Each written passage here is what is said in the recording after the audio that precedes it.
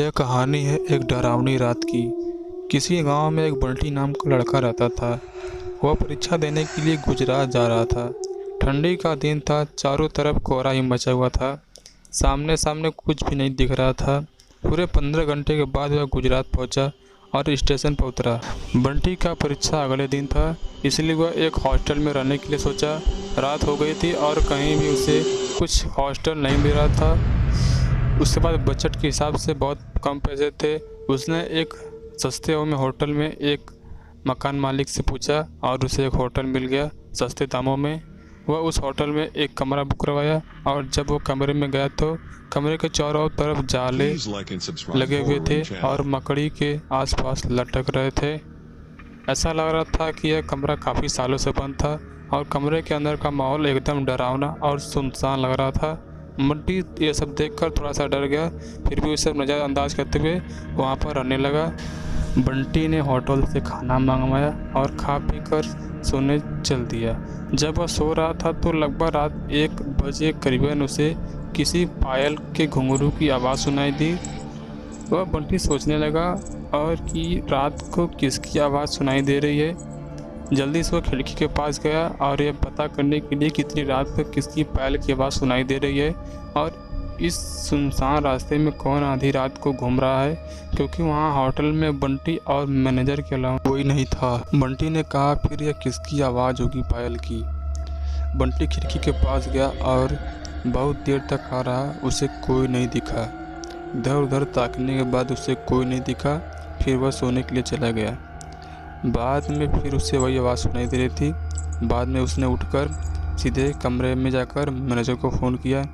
उसने बताया, मुझे इतनी रात को कब किसी पायल की आवाज़ सुनाई दे रही है, आपको दे रही है क्या? मैनेजर ने कहा, सर ऐसी कोई बात नहीं है, आपको हवा में ऐसा लग रहा होगा कि शायद कोई आवाज़ सुनाई दे रही है। वैसे भी ये जंगली इलाका है, यहाँ पर हल्की हवा तूफान जैसी लगी रहती है, आप सो जाइए सर, ऐसी कोई बात नहीं है। बंटी ने मैनेजर की बात पर भरोसा कर लेता है और सोने चला जाता है। कुछ देर बाद उसे दोबारा पायल की आवाज़ सुनाई देती है। अब वह बहुत तेज़ी से सुनाई दे रही थी, जिससे वह डर जाता है। इस बार बंटी अपने कमरे का दरवाज़ा खोला और सीधा बाहर की तरफ देखने लगा। जब वह बाहर गया तो उसे काफ़ी लंबी एक औरत सफ़ेद साड़ी पहनी हुई जंगल की तरफ जा रही थी। काफ़ी लंबे बाल और चेहरा ढका हुआ था। वह अपने हाथ में एक नारियल को लेकर होटल के चारों ओर चक्कर लगा रही थी। ऐसा लग रहा था कि मानो वह पायल की आवाज़ किसी को बुला रही है अपनी ओर, या किसी को अपनी ओर आकर्षित कर रही है। उसने सोचा, यह कौन है और इतनी रात को इस इलाके में, इस जंगल में अकेली क्या कर रही है। बंटी जैसे ही उस औरत के पास गया, वो औरत वहाँ से तुरंत गायब हो गई और चारों तरफ कोहरा ही कोहरा फैल गया। बंटी थोड़ा सा घबरा गया, लेकिन जिस औरत की वह सामने से देखा था वह अब नहीं दिख रही थी।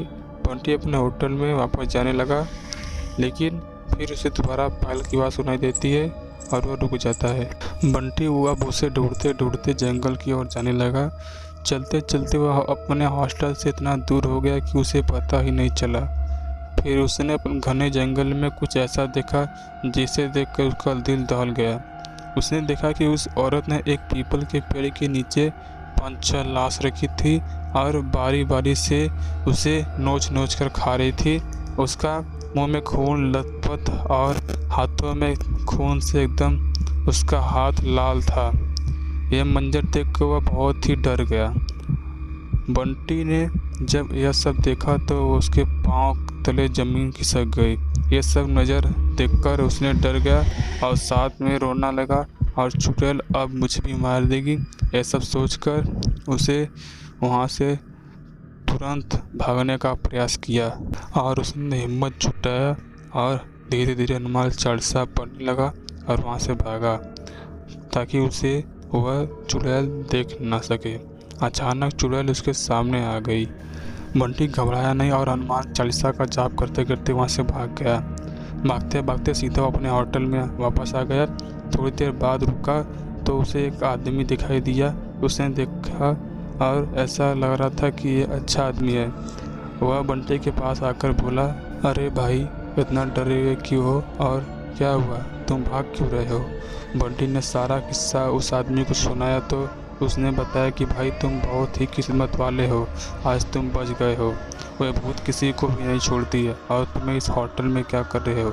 इसको तो बंद हुए काफ़ी साल हो गए हैं, तुम यहाँ क्या कर रहे हो? बंटी जब उस आदमी की बातों को सुना तो उसे डर के मारे पसीना निकलने लगा। फिर वह आदमी बताने लगा कि इस होटल में बहुत साल पहले एक लड़की 4-5 लड़के मिलकर उनके साथ जबरदस्ती किया और उसे मारकर उसी हवेली में गाड़ दिया। और लड़की तो मर गई लेकिन किसी को भी नहीं छोड़ी।